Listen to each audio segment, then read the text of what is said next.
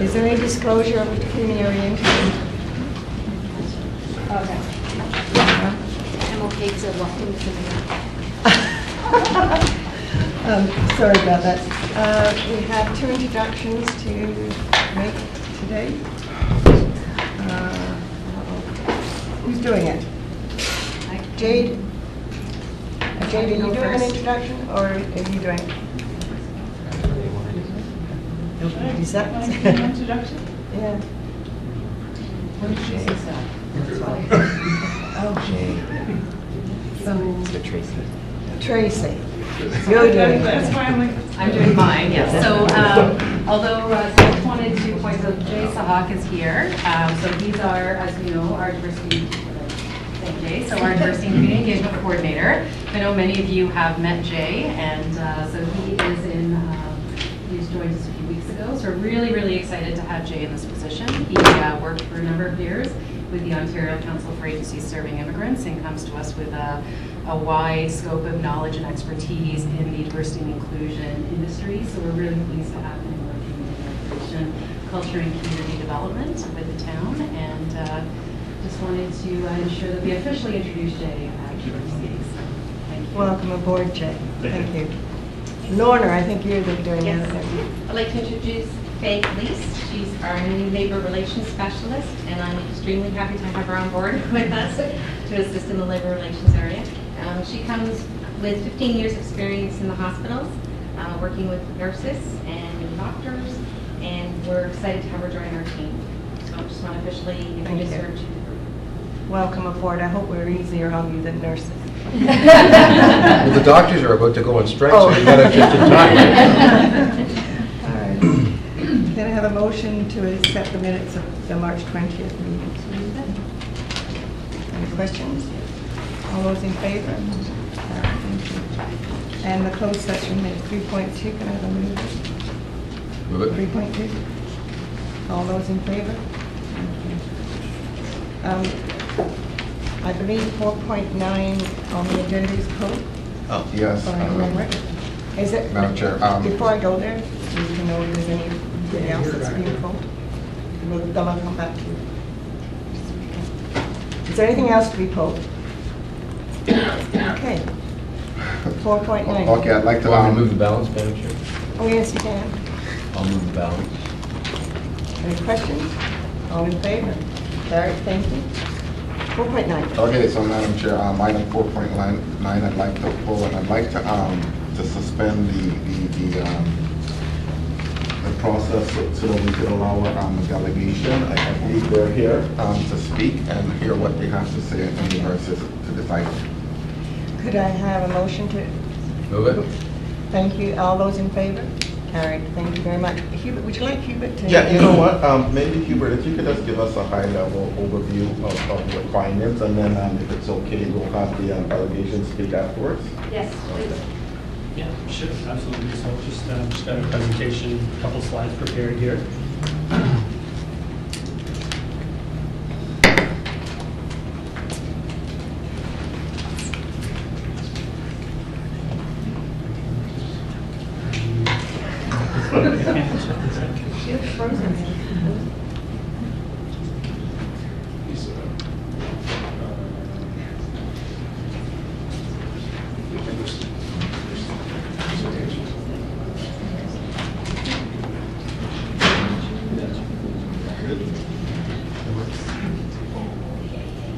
Okay, so I'm here today to talk about the Whitney Road at Millington Crescent option study.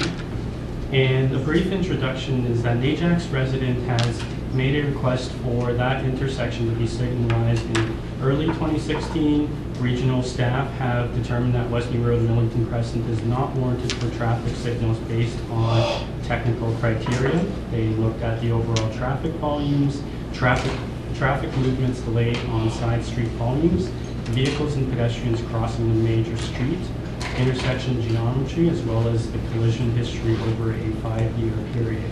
And regional staff have completed their technical traffic signal warrant assessment and have informed the residents that the signals are not warranted and they are not recommended. So staff were asked to revisit to reassess the various options at the signals here. And today I'm here to present some of the findings. Millington Road is a local road that services approximately 90 houses in the area. Westney Road is, of course, a regional type B arterial road. And the issue from, as we know it, is that vehicles turning left out of Millington Crescent experience relatively higher delay times during the peak hours in the weekday AM and weekday PM peak periods. Now, what is existing here today is a center two-way left turn lane with a median, and that it allows for a two-stage left turn. So what that means is that vehicles, when they're making that left turn out of Millington, they can do it in two stages. The first stage is that when northbound traffic on Westney Road, there's a gap available, the vehicles can turn out of Millington and be in the center two-way left turn lane. In that case, they can wait for the southbound vehicles for a gap, and then they can merge with traffic, as opposed to waiting for a gap between both northbound and southbound traffic together. So the first option that we looked at is, of course, the signalization. And we have revisited what the what the region has assessed. And some of the major findings is that during the peak hour, there are approximately 20 vehicles that come out of Millington Crescent in the AM period. And at Ravenscroft and Westney, there are approximately 377 northbound left turn vehicles during the PM peak hour. So really that's just to provide you with a general comparison of the left turn volumes at the unsignalized Millington Crescent right now and the currently signalized intersection at Westney and Ravenscroft. And of course, the town has completed a construction cost estimate by our capital staff, and that was could cost up to $450,000 for construction, and annual maintenance could cost up to $7,000. Option 2 would be to utilize the existing traffic signals at Westney and Ravenscroft Road. And we had assessed this option as an alternate route for any vehicles that wish to head in the southbound direction on Westney Road. And how they can do that is make a right turn on Millington Crescent and undertake a U-turn at the signals at Ravenscroft Road when safe. And I should just point out that there's an advanced left turn phase available during the weekday PM peak periods.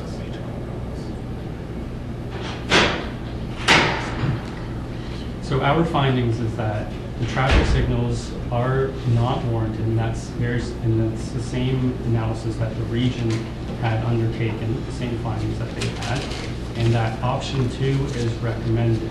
In option 2, we had a discussion with Durham Region Police, and they had supported this option as well as an alternative route for residents to exit Millington Crescent as well.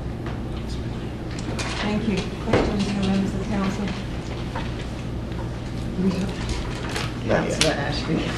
I caught that. Well, no.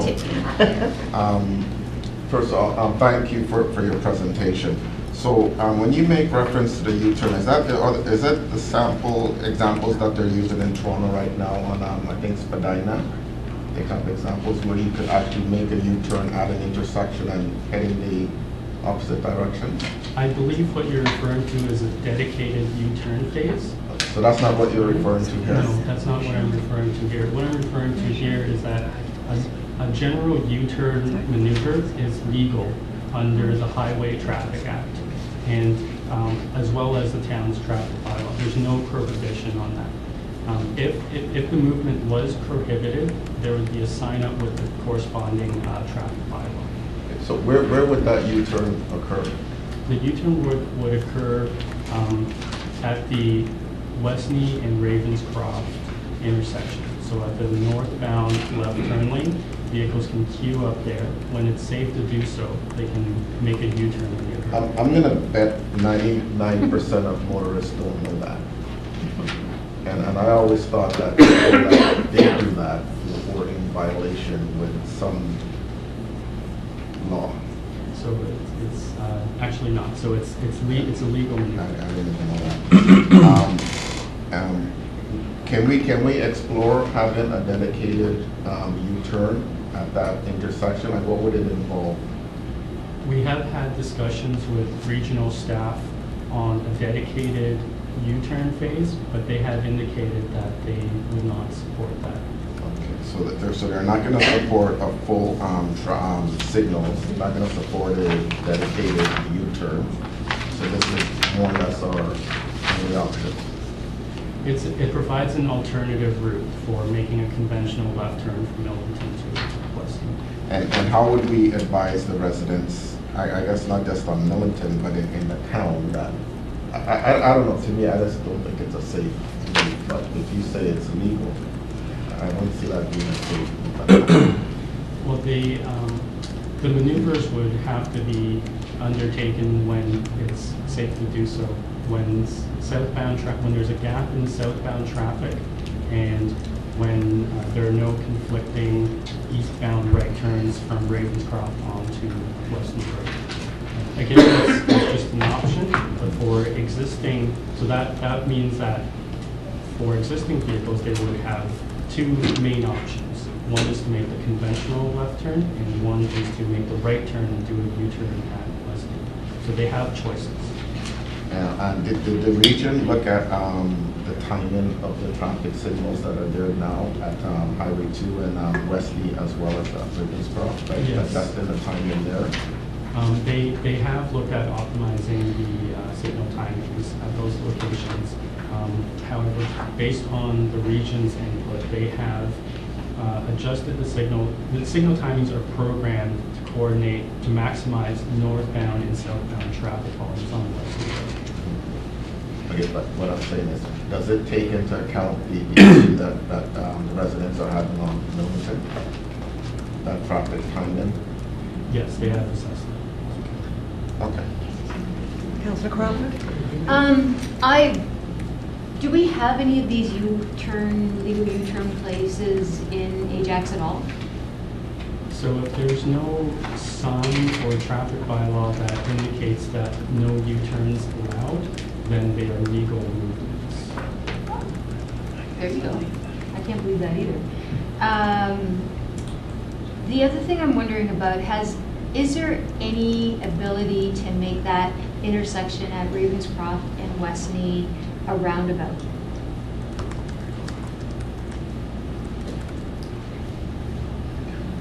That's the best and safest legal U-turn that I can think of.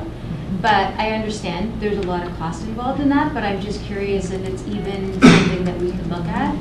There have not been any discussions with the region on that, but we can certainly bring that to their attention.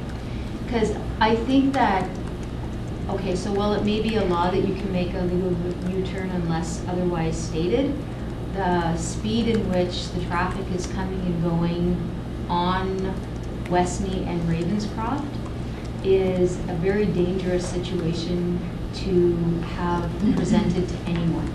And I think we're all relatively intelligent people. I think if we're not even aware that that's even the case, that we're going to have a lot of confusion at that intersection, which is going to cause a lot more issues. Well, especially in this whole bloody intersection is a mess as it is between Westney up to Ravenscroft. The other thing about the signal lights is that even if you had Westney stopped and Ravenscroft stopped, you still got a lot of movement in between that with the mall and I think it's Heddersley that comes out of there. So I think even if you were able to signalize those two intersections correctly, you're still going to get a lot of traffic in between that. That is a really unfortunate situation for that whole street. Really, to make a left-hand turn is like near impossible. I've seen it, like it's crazy. But it would be, I think it's worth to ask the question around the roundabout. I'm guessing I know what the answer is going to be, but and just because it's a regional road doesn't mean that it's entirely impossible. But it's worth a question, right? Thank you. Councillor Dice? I'm sorry, did you want to comment on that? Just, we can certainly follow up on that with the region, but given they feel that, well, and we do, that the signalization is unwarranted, and they are not willing to change even the signal timing at this location, I suspect that they won't be terribly supportive of the roundabout, and that any costs associated with it would have to certainly, even if they did support it, be borne by the town. But we can follow up with the region on that. As I understood it, even if we wanted a signal light at Millington, it was going to be borne by the town anyway.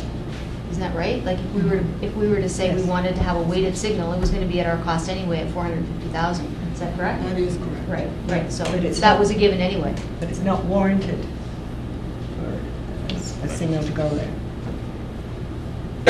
Even if we pay for it, it's not warranted.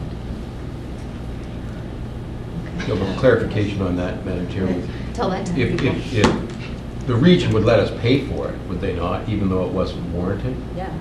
It was. The region's just saying it's not warranted, it's Yeah. not our ticket. Okay. Yeah. If you guys want it, you can That's pay what I for it, understood. but, right? That's Okay. correct. Yeah. Thank you. Okay, that was part of the report. Councillor Dice? So part of that, if it's not warranted and we put it in, does it have to go to the regional council to be approved then? Because their staff would recommend it. That particular process, I would have to contact regional staff on. So, and my other question is too, there's currently no advanced green in the AM peak time. That's right. Would they be opposed to putting that in? Because I think that would give you a little bit more safety, because the red lights would stay east west while those people are making it a little bit safer. In terms of advanced left turn phases, it's generally based on the traffic volumes, and we can certainly bring that to the region's attention to see if they would consider that improvement. Because obviously it's going to happen anyway. People, anywhere along West Mead, you have to come out. It's very difficult. Very difficult. So that's a solution in the meantime to look at something else. But I think that gives them a little bit more time to get around that intersection. Thank you. Councillor Jordan? Thank you. Just, I wondered if you could elaborate on the safety concerns if we were to put signals there. So You based on... mentioned potential higher traffic. If you could elaborate on that. Sure, absolutely. So based on our conversations with the region, they have indicated that based on their experience, if they signalize in unwarranted traffic, in unwarranted location, that safety issues would arise. And that's generally because the volumes coming out of the side street would be very low, in that the signals would not be triggered very often.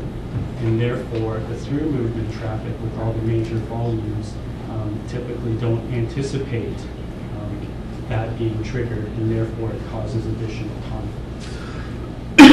Is there also an issue due to the distance between signalized intersections? Because I know we've dealt with that on a number of occasions, that the distance was too close together, and that often that created accidents. Yes, that's correct. And the general spacing for signals is approximately 300 meters. The distance between Millington and Ravenscroft right now is approximately 150 meters.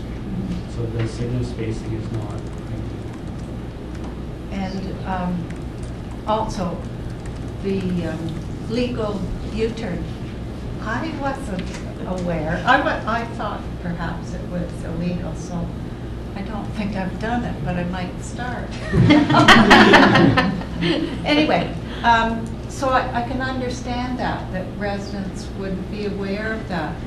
Is there a way of placing signage that as you come out onto Westney from Millington that you can make a U-turn when it's safe or something like that? Is there any type of signage so that people would be aware of that? We've also brought that to the region's attention, and they have denied that. So they wouldn't support that either? They wouldn't support the official signage, but they are aware that U-turns are illegal under the Highway Traffic Act. And which turning maneuver would they recommend then?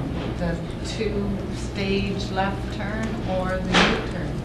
So given that there are only approximately 20 vehicles coming out of Millington during the weekday and peak period, the most recommended movement is still making that two-stage left turn.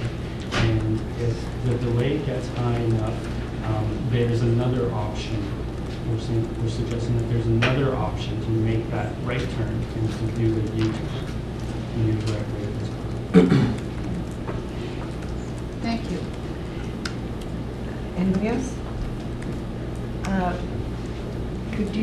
Could you come to the table? You have 5 minutes. You need to state your name.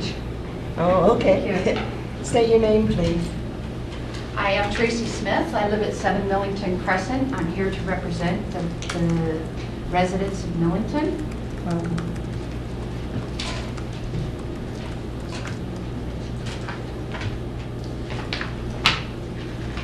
I'm here to express our concern over the ability to exit safely from Millington Crescent onto Westney Road.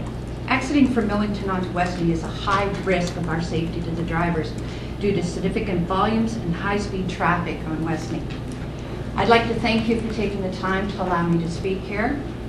We're not satisfied with these documentations. I'm not satisfied with what the Durham Region presented, and I'm not satisfied with the report that's presented to this committee. Durham Region responded to my concerns on the traffic volume at Westney with a letter dated February 17th, which is attached to your report, to which the town is now referring to. And this letter contains a lot of misleading information. Durham Region stated they did a overall traffic volume, traffic movement, warranty analysis, everything else. When I asked for that traffic report, you know what I got? Something dated 2 months after they wrote me a letter.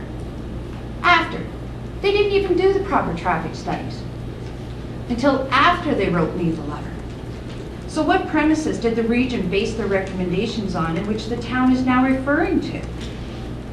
Also, the letter states that Millington doesn't meet the requirements for traffic control. Yeah, we're a small crescent. We're 90 homes. We're landlocked. We're surrounded by a park. We got Westney Mall on the south side of us. We got Westney Road. We are one of the most amazing little crescents in Ajax. The initial planning for Millington actually included 2 access and egresses from that site. The second was to tie into the Ravenscroft Road. But the town allowed the developer to construct houses 101 and 107 and install a footpath to Westney in place of this second access. As a result of the decision of the town, we only have 1 access onto Westney and onto a very busy regional road. The traffic study conducted that I have in front of me right here didn't take into account the key peak hours. They did a traffic study from 8:15 to 5:15. Peak hours are from 6 to 8 and from 5 to 7. They didn't take into account the traffic. There's a total of 98 vehicles in the 8-hour time frame that comes out of Millington, not 20. 20 was measured at 8:15 in the morning. Approximately a third of our residents, and some of them are here today, are retired. They're scared. They're scared to make a left-hand turn on Westney. They turn and they go right. They go all the way up to the mall at McGill Drive, and they enter the parking lot, and then they turn around in the parking lot. They come back out again to the light at McGill Drive in Westney and to go southbound. The region's letter noted that Millington residents experience a high significant delays. Yes, we do. And it's agreed that we're a small crescent that don't meet the requirements of a signalized intersection. However, look at the traffic counts. There's 7,382 vehicles traveled north in that 8-hour period. There's 9,228 traveled south, just on Westney. This request is not setting a precedent for this town or the region's roads. There are several signalized intersections on regional roads. In fact, these intersections are less than the 150 meters we're requesting. The example is Dunlop and Gilbert Street on Brock in Whitby. You can see it's 107 meters, and it's a signalized intersection. There's also other signalized intersections that don't meet. Let's walk around the corner to Church and Kingston Road and go down to Lincoln. That is another one that doesn't meet the regional requirements. Another aspect is to consider here is the speed at which the traffic travels on Westney Road. Anybody who's traveled along Westney Road knows the minimum speed right now on Westney is over 70 kilometers an hour. You're doing the speed limit, you're getting honked at. And for us, it's about safety. It's about making a left-hand turn. Town's recommending a U-turn on Ravenscroft? Let's look at U-turns. U-turns are very difficult maneuvers to make, especially in converging southbound traffic. Oh, let's see, 9,228 vehicles. They're adding, in addition, the U-turn is proposing an intersection that allows Ravenscroft traffic to make a left-hand turn on a red. And it's noted already from his report, Ravenscroft has 377 vehicles per hour coming out of there. And we're supposed to make a safe left-hand turn at Ravenscroft? Even though most U-turns are performed at very low speed, this maneuver can easily cause a fatality. If the vehicle hits a pedestrian or a bicycle, or is hit, T-boned by the southbound traffic. Such collisions often occur in intersections when cars, turning left, hurry to beat the red traffic lights, or are rushed by a honking horn behind them. And meanwhile, we've got all kinds of traffic on Westney, racing to beat the red light at Ravenscroft. The town refers to the cost of this construction. As I previously noted, Millington was to have 2 access and egresses. The town has since collected property taxes from these 2 homes that they allowed the developer to build. Let's use a conservative value of $2,000 per year. For the last 30 years, that's $120,000 the town's collected, and you're going to collect more. You know, we are a well-established little community. We've got 90 homes. We have one of the best community watch programs going. A lot of our residents have lived there for over 25 years and have long-standing commitments in this town. I have a petition here signed by 85% of my residents. We will not accept a U-turn. It is not safe. Millington will never meet the region's requirements. It's not about meeting the region's requirements, it's about safety. The traffic volume and the speed on Westney is very significant, and the residents are concerned for their safe access and egress from our little crescent that was well established long before any of the other surrounding developments. Town and region already contemplated an intersection here. You already have the infrastructure in place. Just put the friggin' pole up. Thank you. Questions from members of council? Mayor Parrish. Thanks for your presentation. I don't really disagree with anything you had to say, and I'm glad that you mentioned the development of the street and what happens when politicians ignore the advice of their experts, right? Because if they hadn't, it'd be a proper 4-way intersection at Ravenscroft that would involve Millington, and we wouldn't be here today and everybody would be happy. But that's done, that's history. I've been on council a long time, and it was done before I was on council. It was done in the late 70s. So we have the issue that we have right now. The U-turn issue isn't really an issue at all. Everybody on Millington's always been able to do that. That's legal. Doesn't have to be authorized by anybody. So the options I would put to you are the status quo, people doing whatever they think is in their best interest, going up to McLean Community Center or whatever, or putting in a traffic light. Let's just ignore for the fact that's $450,000 and just say, for argument's sake, that's not an issue. The money isn't an issue. I watched Westney Road develop over the years, and from the time this subdivision was approved to today, I think you'd agree with me that the volumes have gone up astronomically. What would happen, in your view, with that 7,500, 10,000 volume on Westney if there was one more light? Because I've been there in the morning and I've been there in the evening, and it's backed up sometimes for a fair distance. And my question is, one more light, how far would it be backed up? Okay, so I conferred with a transportation engineer that works for a very high fluid company in Toronto. I had her read your report. I had her read your statistics. A signalized light at Billington can be tied into the signal light at Ravenscroft. All right? Therefore, both lights would be concurrently going together. Therefore, not causing, it would cause a minor backup. Let's talk about the fact that if you keep allowing... Let me just stop you there. I just want to stop you there for a minute so I can understand what you're saying. So you're saying that, according to the Sasper that you talked to, the proper synchronization would not result in any backup issues? It was a minor backup issue. Was that specific to time of day? I gave her all the reports and I gave her the But traffic was her opinion based on peak volumes or just normal volumes? You know, I only paid her a minor amount of money to Okay. review your reports. I can have her go, Millington can retain her. Yeah.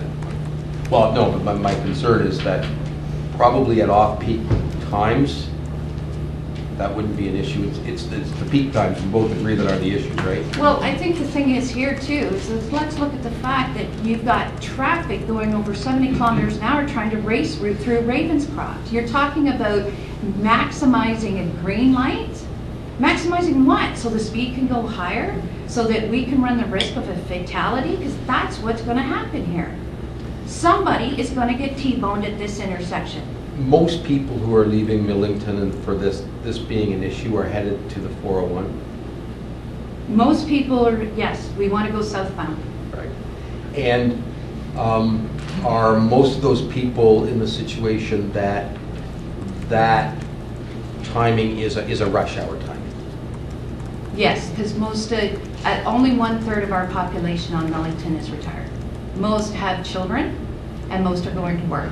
So I just want to understand the demographic there. Most are seeking the left-hand turn at rush hour in the morning for access to either the GO train or the 401 for commuting purposes. Yes. And that would be roughly 60 of the 90 households. Yes, let's say 60 of the 90 households. Thank you. Thank you, Councilor Crawford. So I'm curious, the stop or the light that we're putting in, I could possibly put in at Millington, would it not be weighted so that it would only turn if a car needed to turn left? That's a Hubert question. Yes, I Right? believe they would have detector loops in place that are only Right. triggered when So The somebody's at Millington wanting to turn left. It's probably not all 60 cars at once, okay? So you've got 1 or 2 cars waiting to turn left. It's weighted. that signals that light to go, that light to stop. Bob's your uncle, two's out. How much time could it possibly be waiting? How much time could it possibly? The second the cars are through, the light comes off, everything is flowing naturally. Like, it can't cause any more of a bog than is currently being caused on Westney Road right now. I'm telling you, I can't even believe we're having this conversation. You cannot hold residents captive. And plus, the other thing about the U-turn, I was just thinking about, like, to make a U-turn from Westney North on Ravenscroft, honestly, a truck couldn't make the U-turn. It's too narrow. It would go up and over the sidewalk before it ever got there.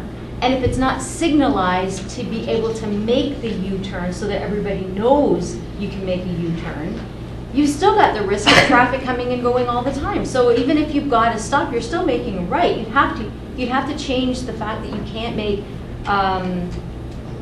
a left-hand turn, obviously, onto Westney. But again, it's too narrow to make the U-turn. A small car, yes. A truck, no. No way. You can't do it. I'd be hard pressed to do it myself, to be honest with you. That's just because I can't do U-turns. And Sorry. just, if I might add, Sean just texted me. He just said that he has been speaking with someone at the region and with the design of Westney Road, that they're still further investigating, that something might be able to be done with Millington, but that there's nothing concrete yet. So they're still looking at it. But again, I think a weighted signal light, it solves a problem. Okay, yes, it's at our expense, but they are our residents. But you know, if it's weighted at the time when someone needs to turn, it cannot possibly hold up traffic that much. If anything, it works as road calming. Yes, thank you. And Councillor Ashby, do you want to speak? Well, no, I was gonna wait, if it's appropriate now, I was just gonna accept item 1 of the staff recommendation and just ask that in terms of item 2, that staff go back and investigate some of the options that we discussed today and bring it back to GGC. Anybody want to speak to that motion? Mayor Parrish? Yeah, I mean, I don't have a problem with accepting the report for information and referring it back. My own view is that this may not have a solution other than what's being recommended. And quite frankly, I'm not going to vote to spend $450,000 of the taxpayers' money that creates a problem by solving a problem. I'm just not going to do that. But I do think that an issue's been raised as to the timing question, as to whether a signal could be put on Millington that would not obstruct the natural flow of Westney, which is not only going to be a 401 interchange and a place where the GO train is going to be expanded, but it's going to be a 407 interchange. Everybody's got to get used to the fact that if you live near Westney Road, you're going to live by a very, very busy road, period. So I don't have any problem with exploring that so that there's a fulsome report. And if Hubert, you could talk to the regional people and explore that and see if that could be done with some numbers attached to it, then I would certainly have no difficulty like that. This has been going on for almost half a century. It needs to be fully explored. But I do want to reiterate the point that I made at the beginning, is that I go back long enough to remember the relationship between the council of the day and the developer of what was then called Westney Heights, which was a massive new development and everything was great. And it was kind of a little too snug. And they clearly ignored a staff report that would have put a proper intersection there, and this issue wouldn't have happened. And to me, it's one of those, you know, that developer is long gone. Some of them are dead, and not some of them are living in Florida. But a lot of people are living with this issue long after the day, and it just shows what happens when you think are the right reasons do dumb things in terms of planning because they go on forever. But if I will support the referral back from Councillor Ashby. Thank you. Regional Councillor Jordan. Well, Mayor has stated a lot of what I would agree as well, that it's so important that councillors listen to the planning experts and not base their decisions on what a developer is requesting, because quite often we've seen it, we've lived it, that what the developer wants is in the best interests of the developer, but certainly not in the best interests of the community or the people that live there. As far as the money that it costs for the intersection, if I was convinced that that made the situation safer, I would support it 100%. I'm not convinced. And when we talk about intersections being in close proximity, yes, I know we do have that. However, I've been told that we've learned over time that in looking at these intersections where lights are situated in close proximity, that there is a higher rate of collisions, because quite often people are watching a light ahead or whatever, or they're not expecting it. And I would be very concerned if we put in signalization at this intersection and found the rate of collisions increased. I don't want that to happen. And but if we can go back and look at this again, I would appreciate further information about the timing, what can be done. As far as I look at number 2 in the recommendation, it seems to me we don't have to approve that because it's allowed anyway. But you know, I think the people on Millington have to do what they feel is safest. And if it means going further up the road, believe me, I've done that on a number of occasions, drove a little further just to feel safe in doing what I want to do to get to where I want to get to. So I think I would appreciate a further look at timing and so on, and if there's anything else that can be done to make this a little safer. Thank you. Hubert, the light that's come when you come out of J. Clark Richardson, that is simply the exit of J. Clark Richardson School to make a left. And that doesn't interfere again with the light, because it's not going all the time. And somebody has to be waiting in order for that light to go. Would that be considered a signal light, or would that be considered something else? Could you rephrase the question? Well, I don't know if we could put a kind of light that they have exiting the J. Clark Richardson School. Because they have a light there specifically for the cars coming out of the school to make a left-hand turn. So is it, I don't know, it doesn't act...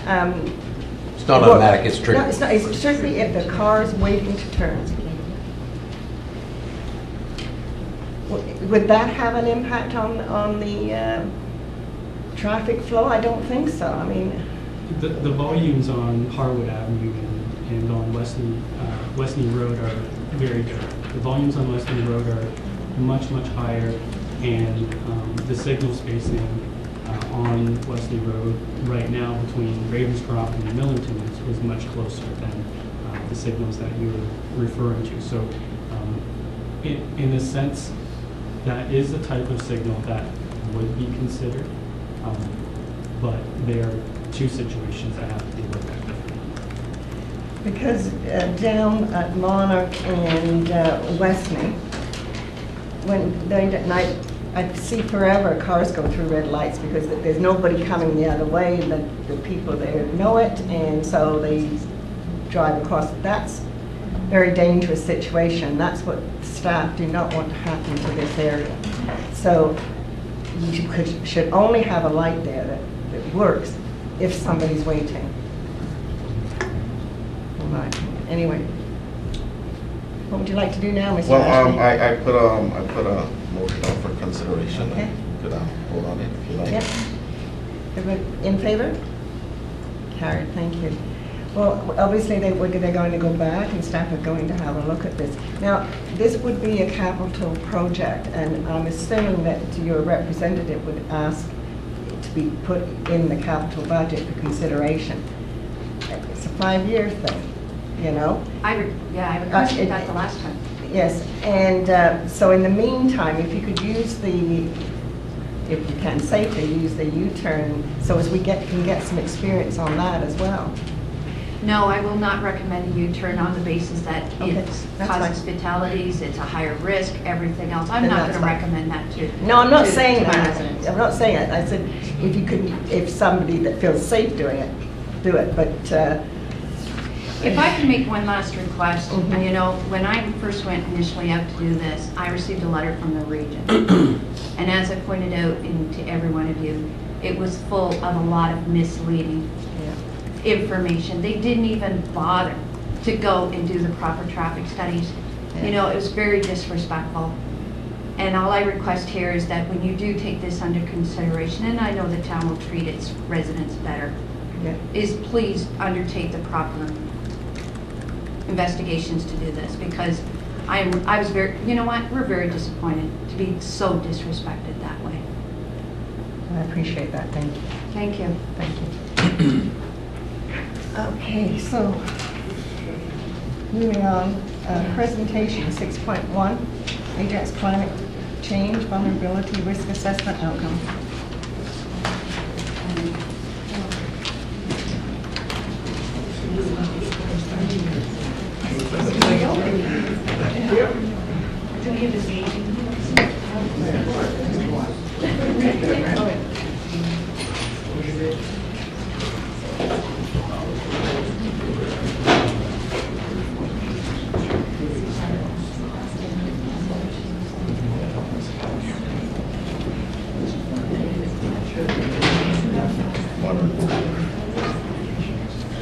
Thank you, Ms. O'Hill. Would you like to begin your presentation? Absolutely. Thank you for having me this afternoon. Back in 2014, the town of Ajax joined an initiative with the International Council of Local Environmental Initiatives, also known as ICLEI, in their Great Lakes Climate Adaptation Project. This is a project where 16 communities work together to build capacity on resilience planning and implementation through a program known as Train the Trainer. And the goal of this program was to increase the resilience of communities in regards to future climate change. And we were fortunate enough to take part in a training workshop showing us how to engage our community stakeholders across Ajax in regards to climate-related information, and work with our leaders to identify and hopefully overcome some local challenges that we are presented with. So on March 6th, we hosted a climate adaptation stakeholder session, known as a Risk and Vulnerability Assessment Stakeholder Session. And we were able to identify local challenges as it relates to climate change. So before I get into the details of the workshop, I do just want to present an overview of key terminology, and that is climate adaptation versus mitigation. So adaptation includes actions to limit damage to people as it relates to the climate. So that is presenting people from potential climate events, whereas mitigation is protecting the climate from us. So looking at the long-term reduction in greenhouse gas emissions, that is the mitigation side of climate change. So for the purpose of this workshop, we are only focusing on adaptation. And we are fortunate, local governments across Canada and North America have been leading the way with climate adaptation, because we know that it is important to ensure that we protect our community and its residents from potential climatic impacts. So why do we care about climate change? Up on the board here, you'll see global projections for climate. On the left-hand side, you see the global mean temperature change as created by the Intergovernmental Panel on Climate Change. And there are 4 projected scenarios. If you look at the red, that is also known as highest emissions pathway, RCP 8.5. That is the temperature increase we will see if we continue to increase our greenhouse gas emissions. RCP 6.0 is the orange, which is if we reduce by about 25%. And then you've got RCP 4.5, and then if we are actually able to reduce and actually stop creating greenhouse gas emissions, we would be on the lowest emissions pathway of RCP 2.6. And you can see directly on the left-hand side, you have global mean temperature increase versus greenhouse gas emissions on the right-hand side. We are currently still on RCP 8.5 and heading towards a global temperature increase of 4 degrees Celsius. Back in 2015, the Paris Summit, COP21, a number of nations signed an agreement to, and ratified an agreement to keep that temperature change below the 2 degrees Celsius mark. And the reason why we want to do that is in order for us to exist around the world as a society as we do today, we need to drastically reduce our greenhouse gas emissions. And this has been a fairly new phenomenon. Up here you have an image of the NASA climate time machine. And this is what our global temperature looked like back in 1884, so right as we were moving into the Industrial Revolution. And the cool spots, the blue spots, is cooler, and the red and orange is warmer. And as we move into the 1900s, there's not too much change. But through the 1930s, we really start to see a warming period. And you'll notice that this is very much focused around the northern hemisphere, around the poles, which is where a lot of the greenhouse gas emissions will be released. And as we started to get more into global industrialization, that warming period started to take place across the globe. And we're looking at 2016. You can see that particularly North America and Canada has already seen a 4 degrees Celsius increase since the 1800s. And if we continue with greenhouse gas emissions, we are expected to see an additional 4 degrees Celsius. And that is for Canada alone. And this is 2016. Has Donald Trump seen this? Funny enough, this is an American model, so I can tell you, I was just climate wondering. change is not something invented by the Chinese. It is, this is an American model. He thinks it's false. I know. So we are fortunate enough to be able to jump into more detail when it comes to climate modeling. The region of Durham conducted a climate model back in 2014 for the region of Durham, using a modeling organization known as CENIS. This is really unique because they're actually able to compare the results by backcasting their climate predictions to determine how accurate these predictions are. And here you'll see some data specifically for Ajax, the temperature changes we're going to see from now, so 2009, what we're expected between years 2040 to 2049. So in general, we're looking at about 16% more precipitation. That's snow and rainfall overall. The maximum rainfall is actually going to increase 6%. So you think of some of the maximum rainfalls we've had recently and increase it by 6%. The number of days where we see rain greater than 25 millimeters, there's going to be an 80% increase in those days. We are going to see a decline in the one-day maximum snow. So we're not going to see the cold winters as we had previously by 52%. So right now, our high snowfall is around 15 centimeters of snow, and we will be looking to half that by 2020, 2049, not far away. And then in terms of the reduction of snow overall, 75% reduction in snow days, and in January, 138% more rain, less snow, 67%. In February, we're going to see 233% more rain and 77% less snow. And then when we look at more violent storms with rain, 21% increase. There's a increased potential for tornadoes in Whitby of 53%. We don't have specific data for Ajax. Now, I'm not saying there is a 53% likelihood of a tornado. Right now, that likelihood is very low, but that increase is actually, the increase of the likelihood is of 53%. We are going to see 92% more rain in July and 94% more rain in August. But I must point out that this rain doesn't come in nice short showers toward your garden. We're going to see long periods of drought with very intense violent rainstorms that come with that. And we can see this through the heat and humidity climate modeling that we have had created for us. So right now, we see about 3 days per year that are greater than 30 degrees Celsius, minus humidex. This is going to increase to 16.8 days per year. 35 degrees Celsius, we don't see that. We're going to see 1 to 4 days in 2040 to 2049. And 40 degrees Celsius, very unheard of, and we are going to see 0.14 days per year.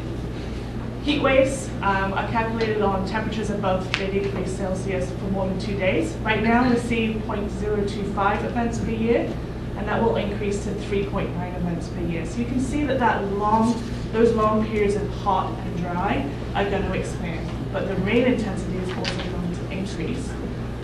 And then there's that lovely humidex, so the temperature and how it feels in terms of the moisture in the air. So right now, greater than 40 degrees Celsius, the feeling goes from 3 days to 17 days per year. And then greater than dangerous level, so anything above 45 degrees Celsius is deemed dangerous for health. We're going from 0 to 3.2 events per year. And our peak humidex in the 2040s is going to be 48 degrees Celsius.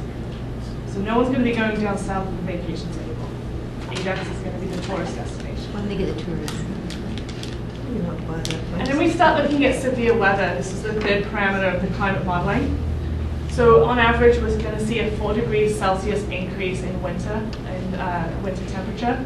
We're seeing less rain, less snow, more rain, increased number of days of heavy rain. We're going to see more violent storms, so 7% increase in violent storms with a 59% increase for potential lightning.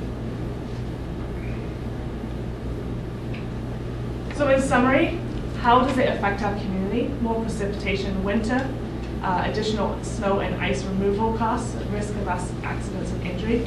Something I need to point out is that is the tail end of our climate modeling. We have to get there first over the next 20 years. So we are going to be going through some fairly rough climate changes as we transition to warmer winters. We're going to see more ice, we're going to see more freak snowstorms, and it's going to have an impact on our community. We're going to see increased heat waves. What does that mean on our vulnerable populations? What does that mean on our urban forests and our emergency services dealing with the outcomes of those impacts? We're also looking at extreme storms. So what damage from increased high winds or potential tornadoes are we going to see to our buildings? What about flooding? What about business closures, power outages, transit delays? And then in general, the warmer temperatures year round. So what are we, from a community perspective, that will lead to an increase in our energy supply. There will be fewer winter recreational opportunities. Don't think cross-country skiing is going to become Greenwood anytime soon. We're looking at crop failure. We're already seeing this year with the rain that we've had that lettuce is about $4. It's gone from about $1.50 to $4 because there's a delay in growing lettuce in this area. And then of course there's the health risks as well. So we've taken action to do something about this. And in March 6th, we hosted a community stakeholder workshop to detail the vulnerabilities and risks associated with Ajax based on this type of modeling. 41 community stakeholders participated.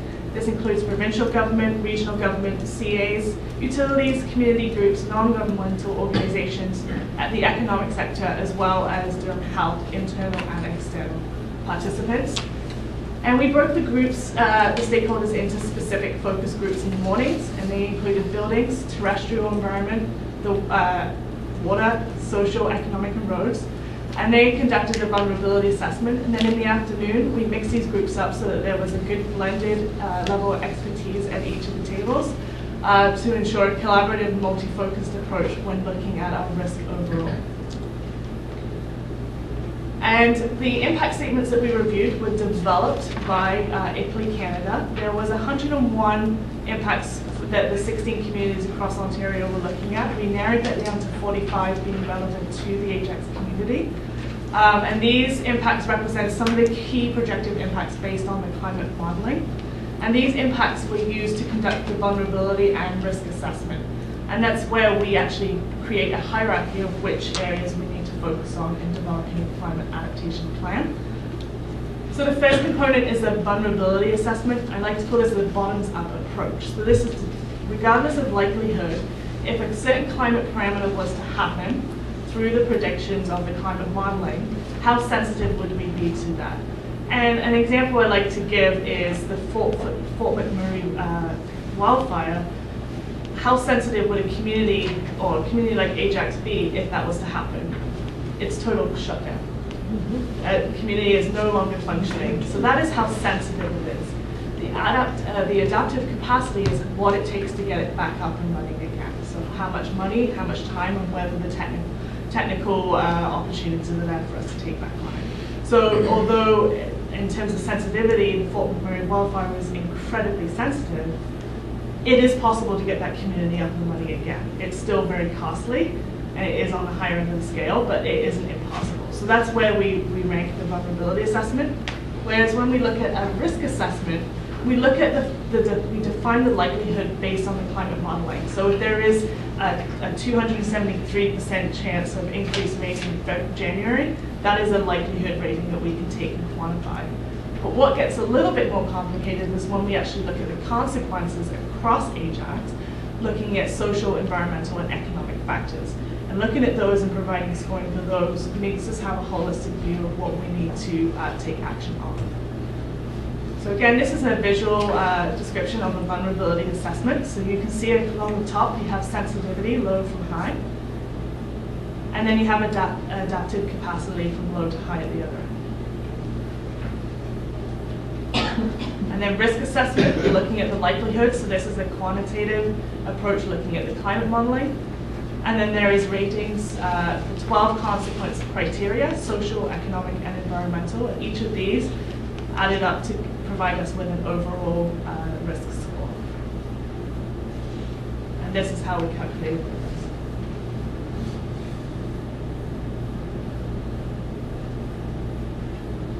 So I'm going to move straight into the results from the workshop, and it's all color-coded, so hopefully that will make them easy to see. So the outcomes of our vulnerability results show that despite likelihood, taking that out of the picture, and we're looking at if it was to happen, we have 6 impacts that could be that make us very vulnerable, highly vulnerable. 7 are a medium to high, 7 that are medium to low, and 6 that are low. And I'm just highlighting here the ones that are high and medium high here. So the top 2, you'll see that, I do apologize, the second line is not in the right order, but the number 1 vulnerability is increased frequency and duration of summer storms will lead to localized overland flooding.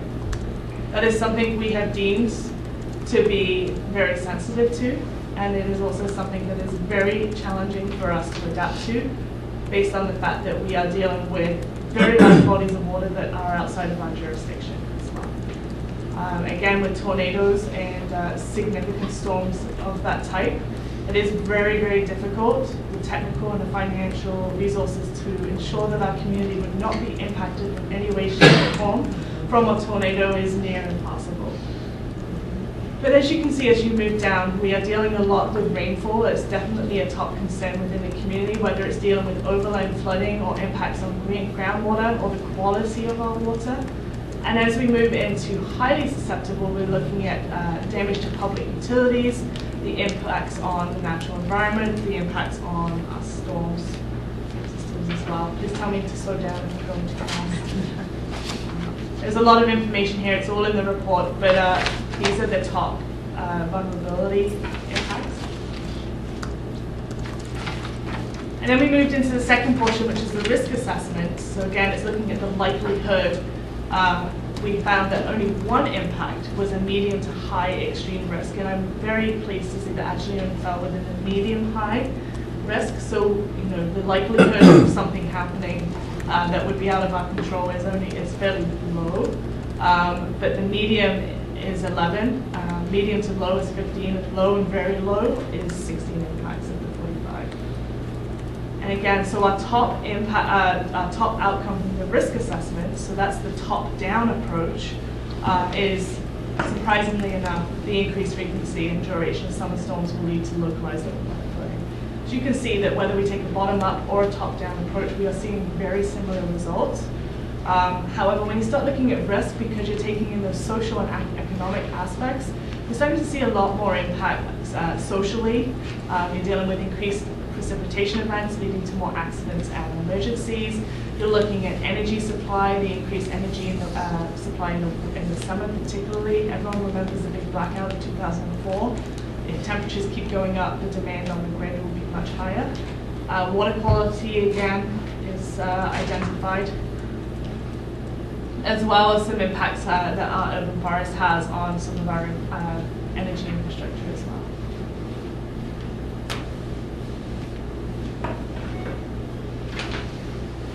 In addition to the vulnerability and risk assessment, we did also ask the stakeholders to select an area that they feel is most concerning in Ajax based on their knowledge. So rather than looking at just the technical data and making those calculations, we'd also just select areas that they feel is a particular concern. And again, rainfall was the number one, followed by overland flooding, and surprisingly, it was also summer drought affecting the urban forest cover. So they are the top three that the stakeholders felt were important. So we have all this information, and the outcomes of this workshop will now be used to help lay the foundation for the development of a community climate adaptation plan for Ajax. Right now, this project is identified to be completed in mid to late 2018. We will use the outcomes of this workshop to identify areas where we need to do further research, as well as form the development of programs that we need to take action on. And when I say we, this is not just the town, this is the broader community. We need to take action to ensure that we remain a resilient community whilst we go through these climate impacts that have been projected. This is my last slide, and we are fortunate that the federal government has provided a fund of $75 million, and the Federation of Canadian Municipalities is responsible for providing us with funding should we apply. The grant, it is a grant application. There is no closed deadlines for applying for grants, and we can apply for up to $175,000 to complete plans related to both climate mitigation, so that's the greenhouse gas emission reduction, as well as the climate adaptation portion. And we've worked with staff, and right now, based on the outcomes of the vulnerability and risk assessment, we are looking at going after this funding to do further research on flooding and drought within the community, as well as wind events and extreme temperature, to help formalize a better plan in 2018 moving forward. So that is the information I have so far.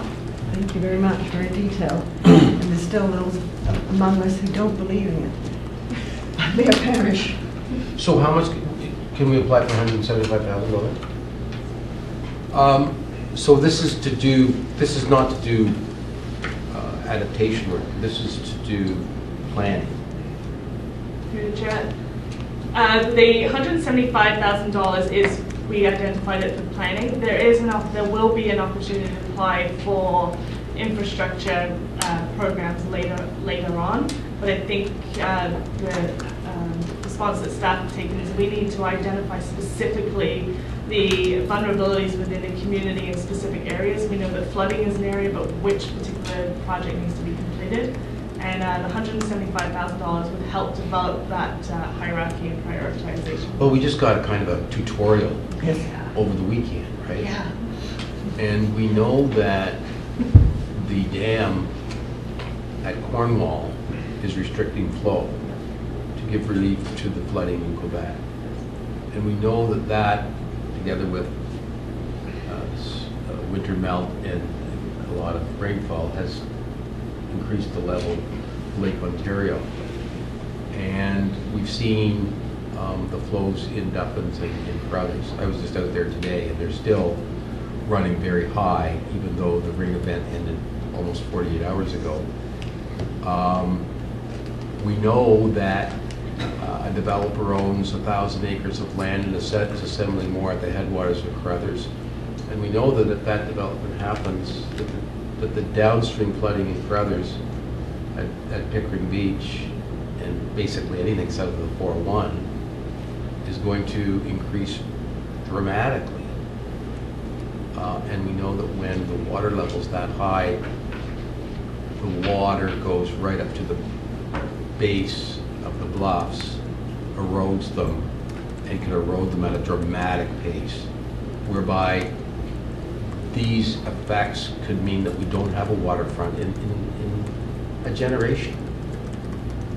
So, you know, to me, I mean, and I'm not diminishing the heat island effect or, you know, winds or these other factors that are important. But for me, in a community like Ajax that prides itself as being a waterfront community, water issues, flooding issues, Crothers Creek, Duffy's Creek, et cetera, there's no question in my mind that number 1, 2, 3, and 4 on the list are flood and related issues. And I think that's really where we should be concentrating our efforts. And I think that, you know, some of the projects that we have to do in this respect are going to be big projects. I mean, if we decide that it's appropriate and we can go ahead with flood mitigation in the Crothers, there's land acquisition, there's stormwater detention projects, et cetera, et cetera. Erosion control along the bluffs of Lake Ontario is something that's going to involve the TRCA and planning. And I would think funding from all 3 levels of government, because we're talking major bucks. So, I mean, you know, when I think with this council, you're preaching to the choir.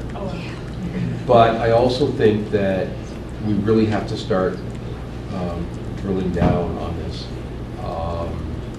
The whole overland flow, flood mitigation, et cetera. And I can't frankly believe that it's just occurring to some people today that you can't plan urbanization without having studied and know the consequences of having a complete watershed master plan and know the mechanics of the watershed. Because we know what happens when we eliminate, you know, Mother Nature's been doing flood control for quite a long period of time, and she got pretty good at it.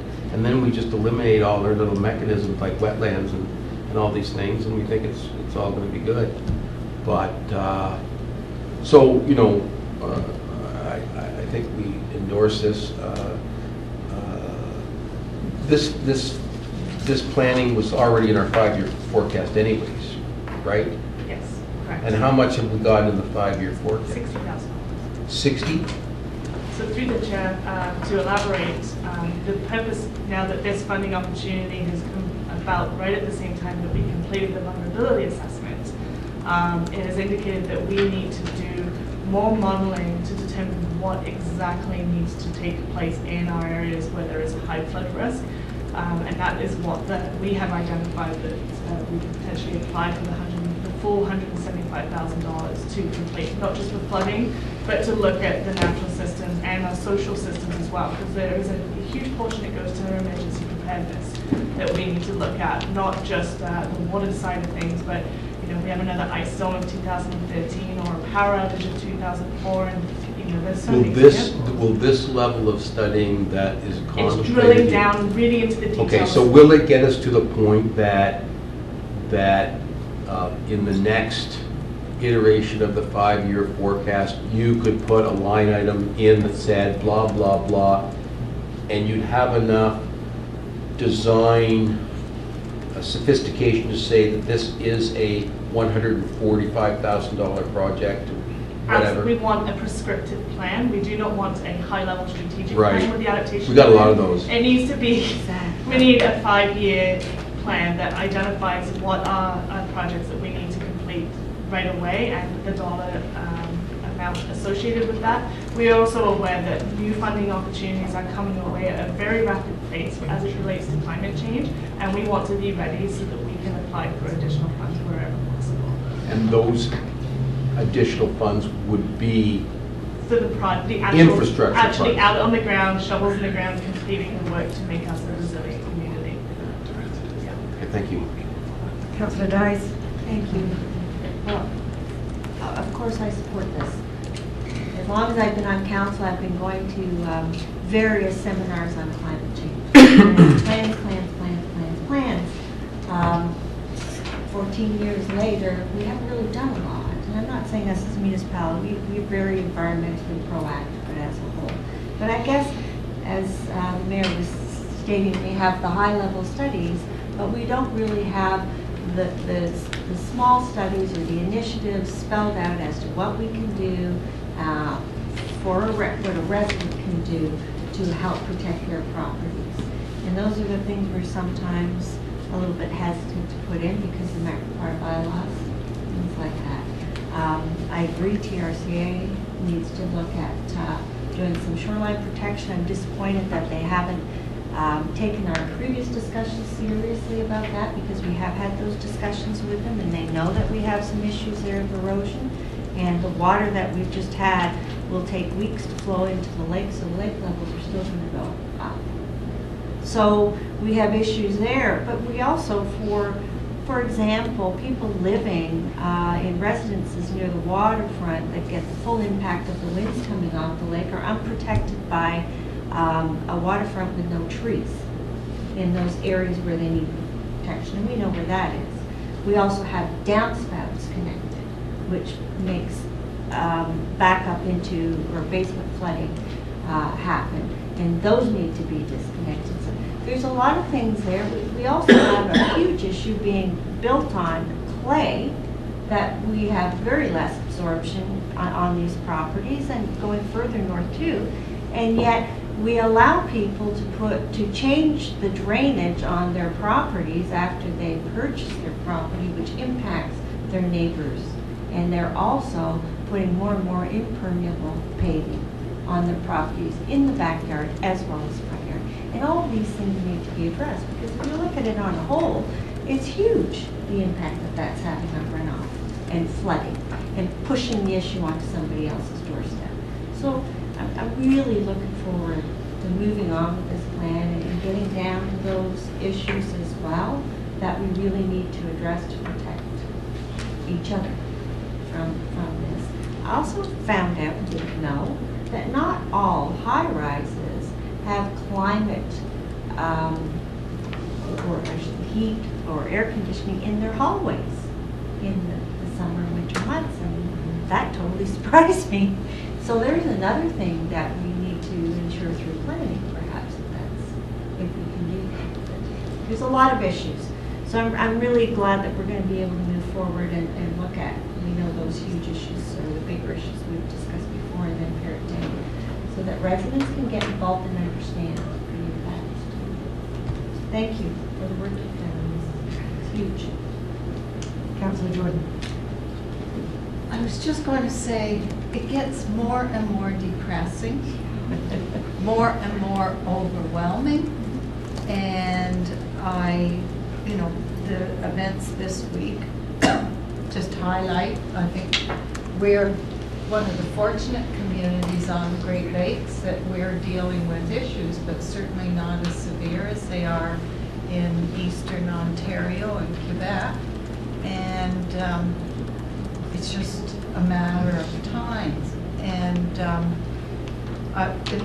we see the Durham report on here. It's obviously local governments are focusing on this. It's going to take a lot of money from all levels of government, and I think that we need to really educate the public about this, and that it's going to cost more, and certainly I think there will be economic benefits coming back, because obviously there will have to be work to be done, but in the meantime, up front, I think it's going to cost a lot. There's no question. But there were figures in the Durham climate adaptation about the money spent now as compared to the potential costs in the future.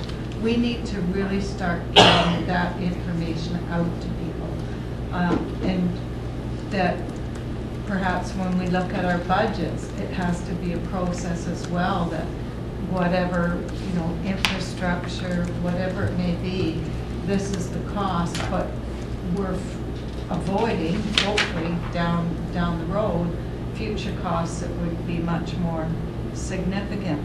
I also think the whole issue, as much as we're planning and so on, the events may come before we're finished planning.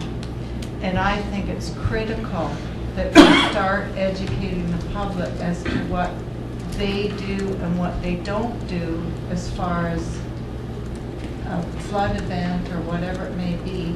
Look at those that are high risk, because I think people don't comprehend what they can do themselves to protect themselves and in issues. I mean, you know, driving through flooded roads, all those things that unless people are confronted with, what do they do when their basement is flooded, whatever it may be, how they can be prepared to keep themselves safe until the municipality and emergency services can deal with it, etc. So I think there's a lot that we need to do, and I think particularly in educating the public that money has to be spent on these things or they will regret it down the road, no question, and also to educate the public as to what they can do to protect themselves and how they should react, where they can go for information, etc. during any type of event like this. And it's going to happen, and it's moving faster than we are, no question. And I don't just mean we here, I mean all. Thank you. The big we. Thank you. I can think of two projects right in Ward 4. Pickering Beach. We know that there's no storm sewers there. Pickering Beach is lower than Lake Ontario. We need a pump to pump it out, the water. The berm that's proposed for there, regardless of whether the development happens in the A8 area, we're going to need it because of other developments. So those are the two projects that off the top of my head I can think of that you should be put on your list to apply for some funding for. And that's the purpose of doing the funding, applying for the funding to do more scientific research so that we can actually model those intent, like actually use the climate model and model those water levels so that we can determine where areas are most susceptible. We've had one example over the last week or so, but this is one climate scenario of many. And you know, think back to how you know the ice storm of 2013 and how detrimental that was across the community. You think back to the power outage. We've got right now we've all got the flooding on our minds, and it has been identified as a top risk. But we've got to make sure that we are protecting everybody from everything. So not just water, but from temperature as well as those extreme events as well. It doesn't help when top leaders of the world don't believe it. We don't listen to them. Before you join, Councillor Downs. Just another question. So you've touched in all the reports touches on the demands on the electricity grids and the storms taking the power out, that kind of thing. So we as a municipality then have to provide a place for people to go that's safe in our facilities. Are there other municipalities that are considering microgrids and going off or making enhancements to their own grids that are most sustainable in green energy? Absolutely. We are currently working parallel to this project is we are developing a community adaptation plan in partnership with all the local municipalities, utilities, and the regional government of Durham. And we actually, Ajax is in a fairly good position, particularly having a steam plant here and being fairly new. Our infrastructure is fairly new and in fairly good shape. We're also well situated between two large power plants. So in terms of going off grid, we're not there yet, or going to microgrids, we're not there yet. But in terms of emergency situations, a lot of municipalities have taken fairly significant action to develop an emergency situation, very similar to what happened in the 2013 ice storm, where we have hubs where residents can go. But this is now, through this process, we will be able to formalize the programs that we issue in those.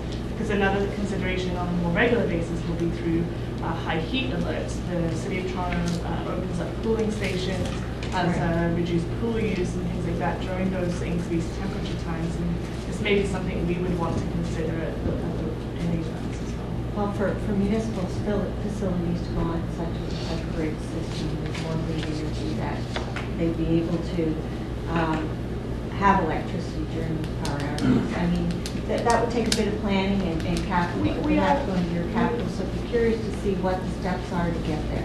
We've been, again, Ajax, a number of Ajax facilities are in good shape, they are, but we don't necessarily want to take everything off of the main grid because we also have a role to play in helping the rest of Ontario green energy, and we have a number of green facilities, solar energy, passive and fit. But all We do those have, feed into the. yeah, and we do have the ability to deliver generators in a number of our facilities during those emergency situations. Absolutely. Thank you. Councillor Jordan. Oh, just, I was thinking as well that when we do our budget process, I think we should, and I think with reports too, identify if we're oversizing pipes or whatever, to identify the cost that's addressing the climate change risk. I think that's important that we know that and that the public knows that. So over time that we develop processes in almost everything we do to identify the cost and why we're doing it. Okay, did somebody move it? I'll move it. All those in favor? Carried, thank you. Thank you, Dean. 6.2, Town of Ajax Open Data Initiative.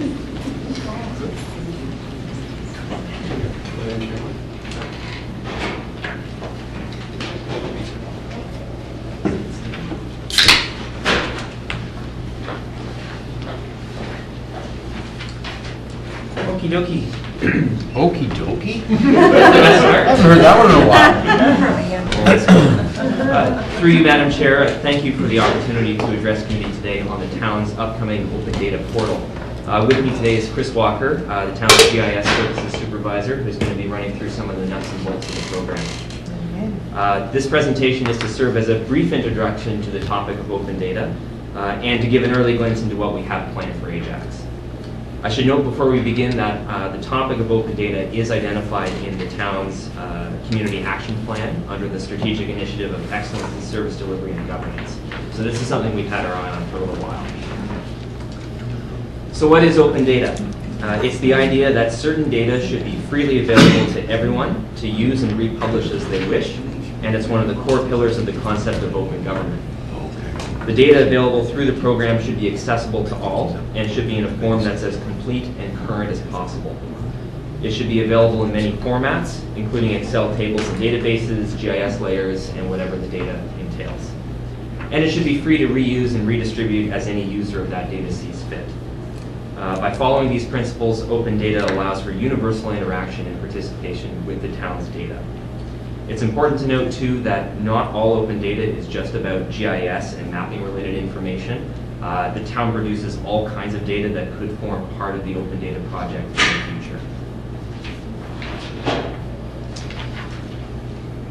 So there are many benefits to an open data program, not just for Ajax as an organization, but also for the local economy and our entrepreneurs and innovators. For the town, it's a clear commitment to openness and transparency. It's increasingly becoming a best practice and an expectation of municipalities, and there are now many comparable municipalities that have open data programs, including some of our neighbors here in Durham. Chris will talk a little bit about it, but we've been working a bit with the region of Durham as well, who operate an open data portal, and understanding how our program and their program can work together. Open data programs support local technological innovation, and they can help facilitate public participation in municipal governance by sharing information about the services, resources, and activities that we do and deliver. It also helps academics and researchers whose interests may extend into the broader public sector. So now I'm going to turn it over to Chris to explain the Ajax approach to open data. Okay, thank you, Alec. So the first thing we did, as Alec mentioned, Durham Region went live with a open data site last year, I believe it was in March.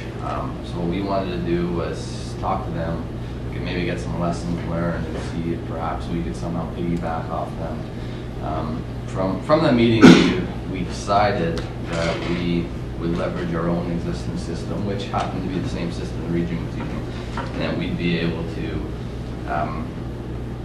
kind of make a site on our own and brand it as our own, as opposed to teaming up with the region. But, although we are teaming up in a way, as we'll get to. So from that, we decided it would be a good idea to go on our own since the maintenance is organic. So the data that we will be sharing is data that we already keep updated as part of our day-to-day activities. There's really no extra effort to keep the data that we'll be sharing up to date. There is no additional cost. The only real time investment is the setup, which didn't take me very long to do at all.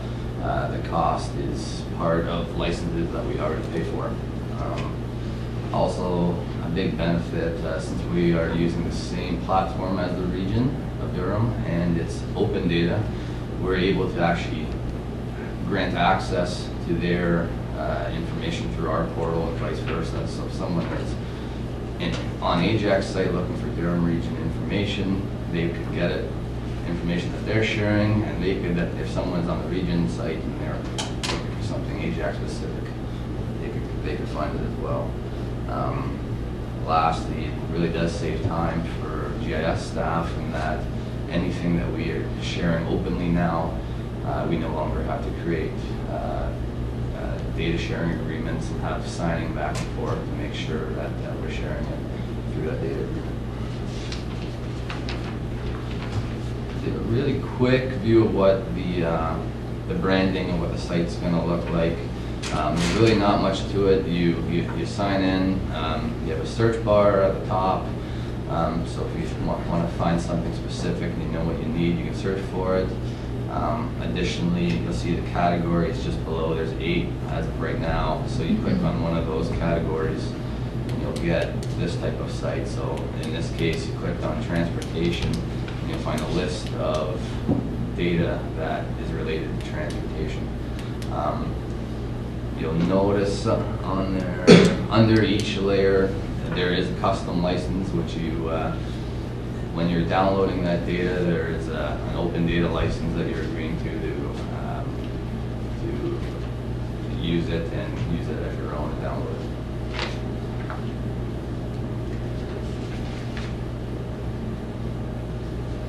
it. So some examples of the information we've decided to share on launch. So in total, Ajax, we're sharing 25 sets of data. So this doesn't include all of them here, this list. And we also are granting access to 12 layers that the region has on their portal, which we're basically showing in our portal.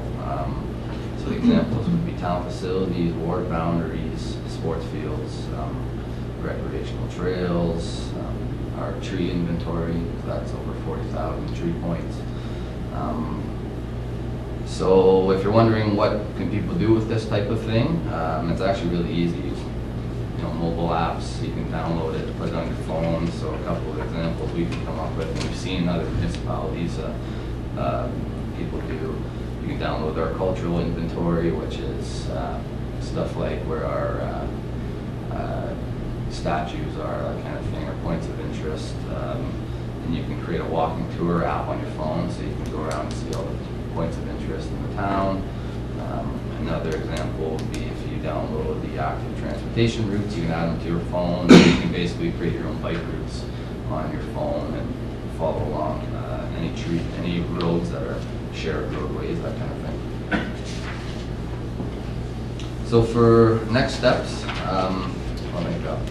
our plan is to officially launch the portal in late May or early June. We'll have a news release, website banner, and mentions on social media.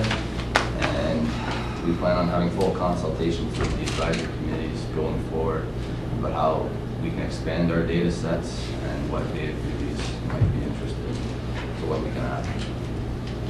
Thank you. I'll move it. Thank you. Councillor Jordan. I just want to ask, can this connect with our Ajax app at all?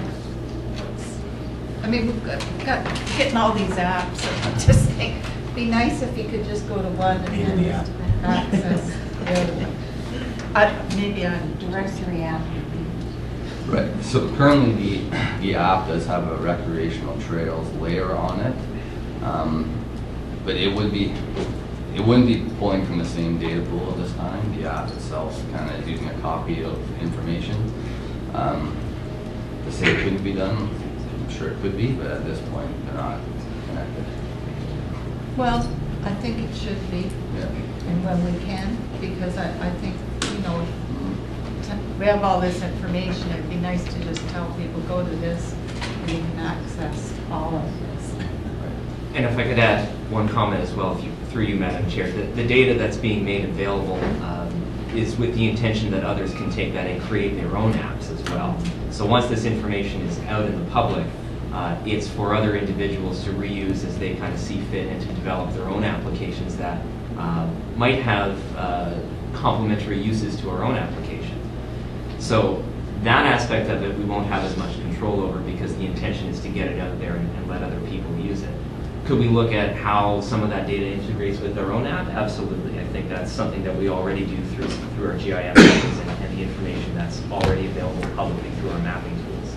So there is some kind of crossover there as well. Because I think, well, the bike trail, that's something that I think would be logical to connect so much. Thank you. I find all of this app is very, very useful. Unfortunately, I don't have enough data for any of it. Uh-oh, budget request. And I know other councillors are having that problem as well. I got tons And I of see them. Ms. Redwood's in the corner over there. So we have to provide some equipment that we can deal with it. You know, the region's got apps, we've got apps, and All God's people got it. so we need to deal with that as well. That's the other issue. Okay, it's been moved. Any more comments? All those in favor? Thank you. I'll move in camera. No, we've got a Oh, yes, departmental right, update. right, sorry. Mr. Meredith, please.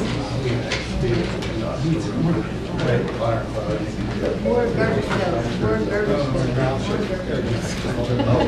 Maybe we can add that on, it should be on the app so they can find it before they walk in. Yeah, you have an app to where all the garbage pills are. Oh, It's not there, it's over here. It's over here. It's over here. Only on May until, No, it's over here.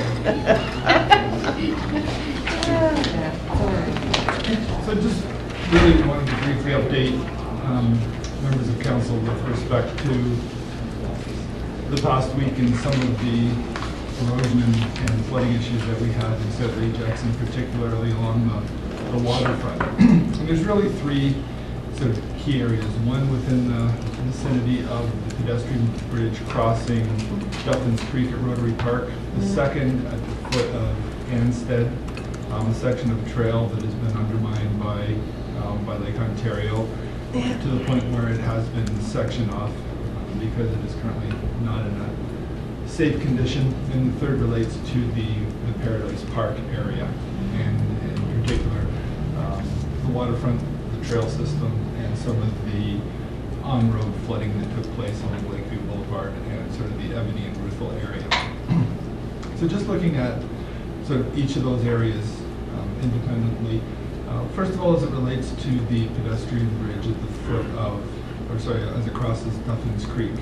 I think obviously with the rising waters of Lake Ontario, some of the erosion that we've been facing over the last several years has allowed us or provided us the opportunity to have further dialogue with TRCA about a better long-term solution. Obviously at the foot of the bridge, there's always been concerns with the amount of sediment and sand that blows onto the trail system as you sort of exit the bridge.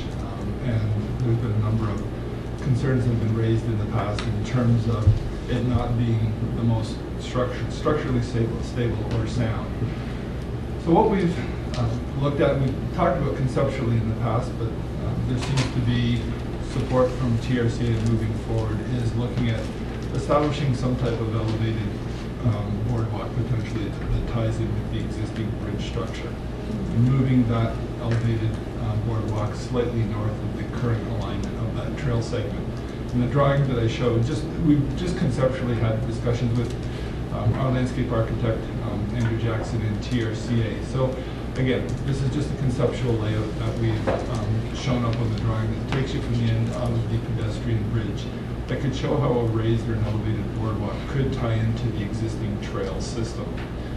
Obviously, it's something that's subject to detailed design, subject to funding, subject to a number of items that would have to be dealt with, but I think we're at the point where we need to look at an alternative to the existing allotment that's currently provided. So I guess the first part is in the short term to stabilize what we have in terms of egress as you get off the bridge. As many of you may have seen, there are some large logs that have been delivered by TRCA that are in the parking lot right now. Currently, the lake levels are still too high, and the discussions we've had with TRCA is that we do really need to have the lake levels drop probably over the next month or so, when we'd be able to put those logs in along that section of trail at the end of the footbridge. That's merely a temporary or interim measure to try and soften the impact of the crashing waves up against that edge of the shoreline. But I think longer term there needs to be a better solution that is sustainable, that doesn't expose the trail users to the risks that the high water levels currently provide. So that's with respect to Rotary. The second area was the section at the foot of Love Crescent. So you've got the Love Crescent parking lot to the left, and then halfway in, just west of the existing, there's a small woodlot, is where the existing erosion has undermined, and as you move further and further along the bluff, there are concerns that we do have with respect to that trail segment. We are looking and have had discussions internally. It's not something that we obviously plan on leaving. We do propose to deal with that as an emergency repair. We've started some preliminary work now where we deal with the Love Crescent Parkette. Based on, sorry, I don't know if you can see the middle photo, but that's where it even starts to erode in terms of where it crosses through that little woodlot. So we've actually shown that the trail would actually need to move north, sort of running through that woodlot segment and tie back down into the existing trail. So you can see that's about just over 350 meters of trail. Again, this is very conceptually shown. There needs to be geotech work. There needs to be some design work in terms of its actual alignment. And we want to ensure that the proper drainage is in place so that we're not having that water that's crossing across this section of trail system as well. So it is something over the next couple of weeks that staff will continue to work on. There is a report that staff, subject to further discussions with senior management, about bringing unbudgeted emergency capital repair to council prior to summer recess to have this work reinstated. There is 2 contractors that we do currently have on board, one for trail rehabilitation and our road resurfacing contractor that has been our trail work in the past. So we do have unit costs and unit prices for 2017 that we have the ability to engage to get a cost estimate for this work as well. So it's really just to advise council that we don't plan on leaving the trail sort of in a closed state over the course of this year. Obviously, we want to move on this as quickly as we can, and subject to continuing through the detailed design and emergency award to have this restored is something that we will continue to communicate with council as that design development advances. The third area, I don't have a photo, but it is the Paradise Park area.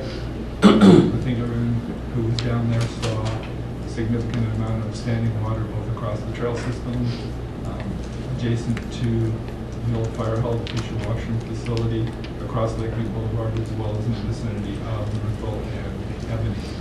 So the good thing is that there is design work that is currently underway. So a couple of areas in particular, I think many of you are aware that the wetland restoration project, which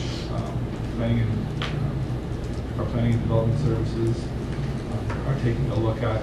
So it's really looking at making sure that we can enhance and maximize sort of the storage capacity immediately south of Ruthville that will hopefully deal with some of the flooding issues that took place at Ruthville and Ebony. The biggest challenge is not so much upstream, but the largest contributor to the flooding in the Paradise Beach area is related to the Lake Ontario water levels, not the water necessarily that's coming downstream within the Crothers, and it was referenced already earlier today, in Jade's presentation and the follow-up questions. When you're looking at that area, you've got existing basements on Evony in that area that are actually lower than the levels of Lake Ontario, and that is such a flat area, and as we recognize, it is part of, it's within a floodplain, so that area is susceptible to flooding. But as we establish road elevations, as we design parking lots that will feature permeable paving, what other storage opportunities are there for water? As we look at the existing bioswales that have been established south of Lakeview Boulevard, is there the opportunity to expand those, make the storage capacities wider? Are the culverts big enough? Are the outlets from those bioswales? Because that was part of the problem, is the bioswales that filled up there at the same level of Lake Ontario, nothing's draining to the lake. In fact, the water from Lake Ontario is coming into the bioswale, so there's nowhere for any water to go.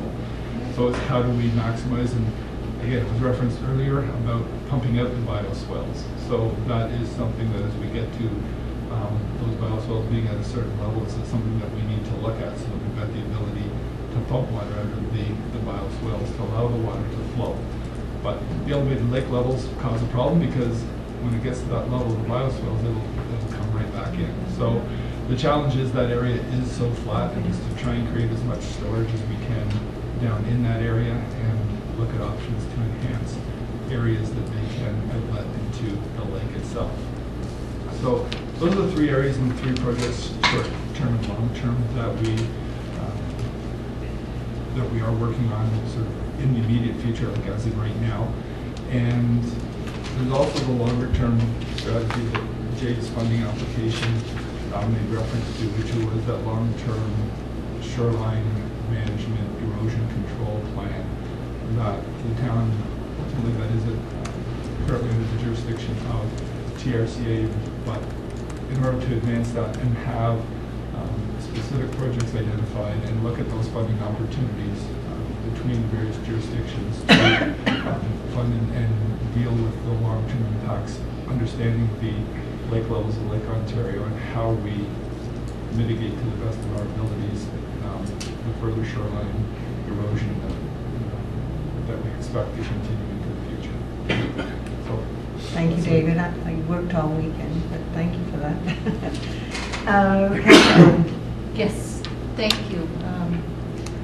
And thank everybody who was involved in working on this throughout the duration. In fact, they're still working on it.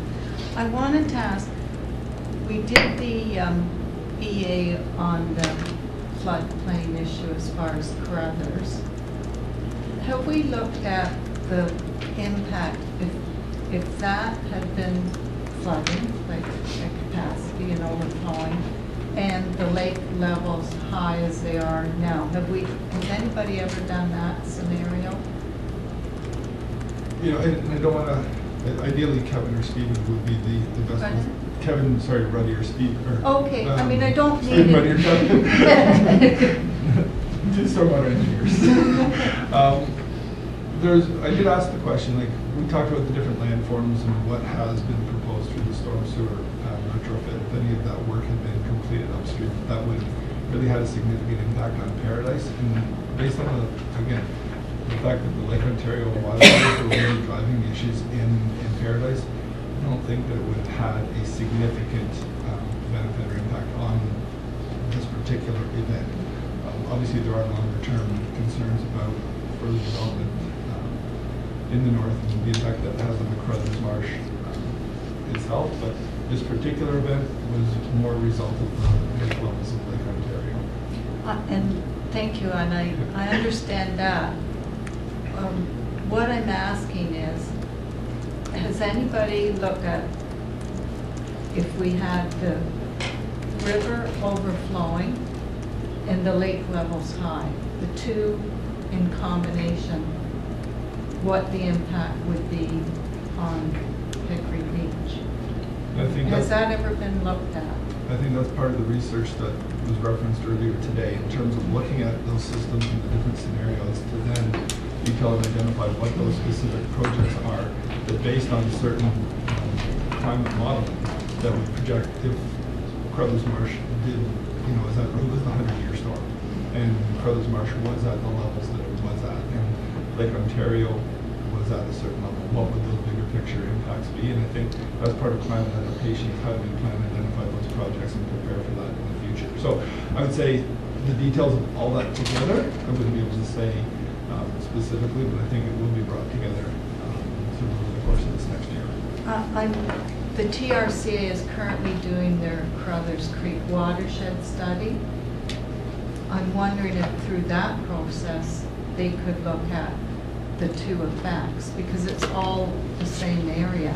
And I think it might be very significant if you had the lake levels high and the river overflowing at the same time. So is that something that we can ask them?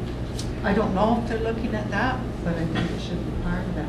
It's something that we can follow up with TRCA and by all means take a look at. Okay. The other thing I wanted to ask was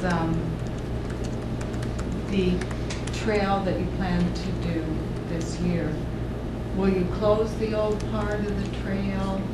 And I think I saw even people yesterday, I walked along, and they're going right up and it's looking over. I mean, it doesn't matter how much you tell people, but they still want to have a look. Will you be closing the old trail when you put the new, I know it's closed temporarily, but will you actually be pulling it up? The plan would be to obviously move people from the edge of the bluff, so it would be the segment which is essentially from Love Crescent parking lot to just east of where that sort of wood line is in terms of where it ties in. But the existing trail would be removed and restored as sod, so you'd only have one new trail line. I think that perhaps the sod creates a problem, that where you have the vegetation growing up, people don't tend to go over to the edge because it's too difficult to get through. Is that something we can look at as well? I think the whole edge management along the bluff is something that we need to look at as part of that. Again, with concerns regarding the stability of the edge of the bluff, I think anything that we can do to deter people from getting that close, because again, we don't know how unstable sort of the edge of those bluff areas are. We think that they've been eroding. So, and they are, people don't realize how much is undermining sort of beneath their footings. No, I don't think so. And the other question I have is, some people have asked, are we considering doing anything to actually stabilize the bluffs? In other words, work done below the bluffs. I know in Toronto, and mind you, the houses are right against the bluff, but it's huge money. And in all honesty, that is something where we would expect the TRCA and their partners, if they had the ability to access funding in terms of dealing with that long-term shoreline protection, that we would look to sort of obviously assist. But again, it's one of those partnerships that we would need to have on a go-forward basis. It's not something that the town sort of on its own, I think, would have the means. It's a much bigger cat. Well, and I understand that because I've seen, and it's going to take a long time for them to even complete where homes are in jeopardy in their jurisdiction. It's huge money. So anyway, something I guess maybe further down the road. I think, thank you for everything, and I think it's good. Thank you, you're Councillor working. Ashby. Well, thanks, Dave. I don't know if Councillor Jordan asked this question, but in addition to, I guess, relocating or realigning the trail itself, are there some mitigative matters we're going to look at just in terms of trying to stabilize the slope? Because on the map, when you look at it on the map, we're losing a lot of land there with the realignment. So as part of, I don't know, with Jane's study or your study, are we looking at this trying to stabilize the slope so that we don't get further erosion? Well, really what we want is to work with TRCA and their coastal engineers to develop that solution long term in terms of how we protect and mitigate against further erosion along our shoreline. again, we're not experts in terms of being coastal engineers to sort of manage that erosion, that sort of within the domain of TICA. It's something that we've been asking about for Years. A significant amount of time, and I know down in the Paradise Beach area where, you've got the shoreline eroding as you get close to Lake People, where we're losing feet each year into Lake Ontario. So it's something that we haven't had the most success in terms of having that addressed to our satisfaction with TRC, and it's something that we need to formalize or establish some type of relationship to have them take a look at it seriously. Thank you. Councillor Dyes. Well, that's my frustration, is getting the TLC on board, and I'd like to know how we're going to do that. Their answer to our concerns about the trail by the bridge were to put just those giant tree trunks there across the water. Well, the water just takes an hour. It's a waste of time. And now we're left with fixing the path. Because we did talk about putting some sort of stone barrier or something there. So they know that we've had issues for a long time on the shoreline. I'd kind of like to get a sense of what TRCA has done for us in the past. If we can get some information on that as to what kind of monies they've spent and what kind of studies they've done yet on that restoration, because they did say they were going to look at that, mitigating that problem of the bluff approach. I know they did extensive work in Pickering, in Frenchman's Bay, and some reclamation work there with the piers. So why can't we get some action over here? So I'd like to get a better understanding of what they've done to date. Well, If you can get that for me, that'd be great. Thank you. Thank you. Any further? Have you arranged to have somebody to come to our board meeting on Thursday to make this similar presentation, because I know it's going to come up? that's something that if council feels that there is some. I sent an email. I asked. We I'm asked. begging, I'm pleading. Because it will be top of mind, of course. Yeah, thank you very much. Anybody else? Okay, thank you. Motion, all those in favor? It's being moved? Okay, thank you. Moving camera? Yeah, moving to camera now, thank you.